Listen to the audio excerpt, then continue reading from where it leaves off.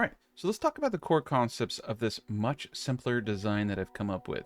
It's really easy. I'm going back to the basics, basically using 2x3s 2 times in a row and having an intersection with it again on top is going to yield you one of the more decent layouts you can get.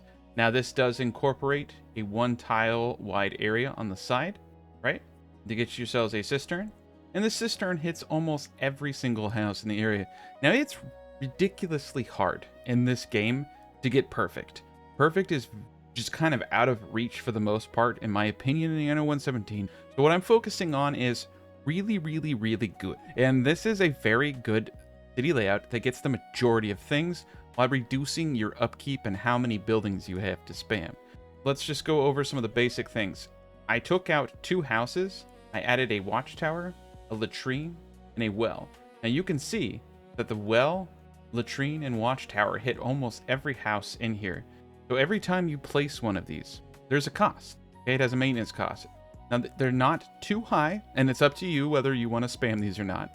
But having only 2 used in a city block this big versus 4 or 5, when you multiply that times many city districts, it does, kind of add up. So I like this. I think it's balanced, does a good job. Now the center section is going to utilize roads in a different way. You can see that there's a side road over here and a side road over here, but that the roads in between are straight. And this is allowing me to get those bulkier buildings in here. So this area right here is, you guessed it, look at this. It's another 1, 2, 3, 4. That's right, 2x3, which is 9x6, right? So I had kind of found this out when I first started playing. You can look at it any way you want, but this is literally it.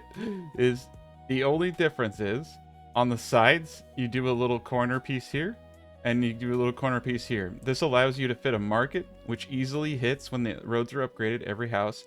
Now the tavern is the hardest part. Like, how many taverns do you want to have? Tavern's really beneficial because +1 population, +1 happiness. And the tavern place right here only misses a few houses, okay? It only misses a few houses, and I'm okay with that.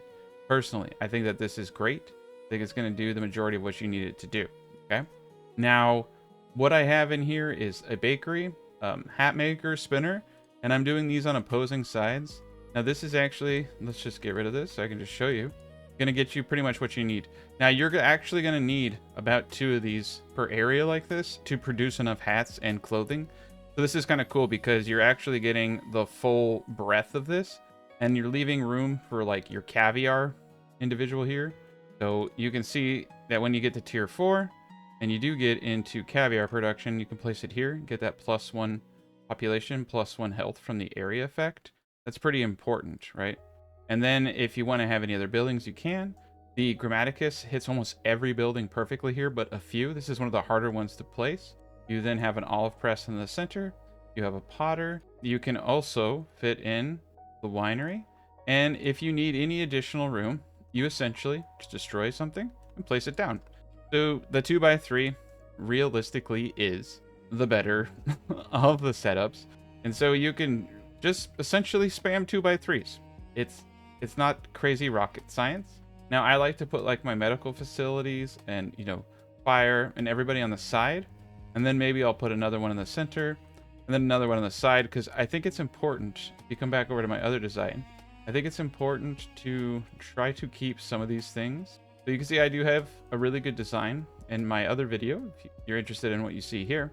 But if you want something that is going to just be as dense as possible and brainless as possible, 2x3s, but just a little middle area for everything. And like I said, if I wanted to, I could easily say, hey, you know what? I don't have enough room for all the cool stuff that I want. So I'm going to put the tabulus here. Now I got all this room over here. Or do I want togas there? Sure. Put some togas. Now the toga man can go really anywhere he wants. But that's one way to do it. Put the togas right there. Now if you didn't have the latrine here, you'd also be able to fit in not a tabulus, but if you didn't have any of this jazz here, I would probably do it like on a block like right here. You could put a baker in there as well. And then you have a little bit of dead space there, but that's okay. Give you an excuse to decorate. Now this isn't really a fancy design, right? Very straightforward. I would use a design like this quite honestly, for your secondary islands. You're pretty much just putting that, and then you're going to do a middle area that's 6 tiles wide, just like we did over here, with spaces in between for your aqueducts to come down and in.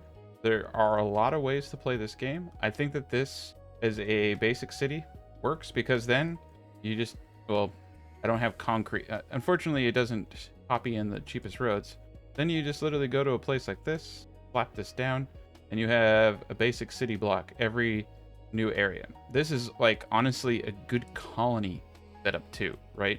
A really good colony setup. But that's the basis of everything. I don't think I need to tell you any more how to do 2x3s indefinitely. It's really, really straightforward.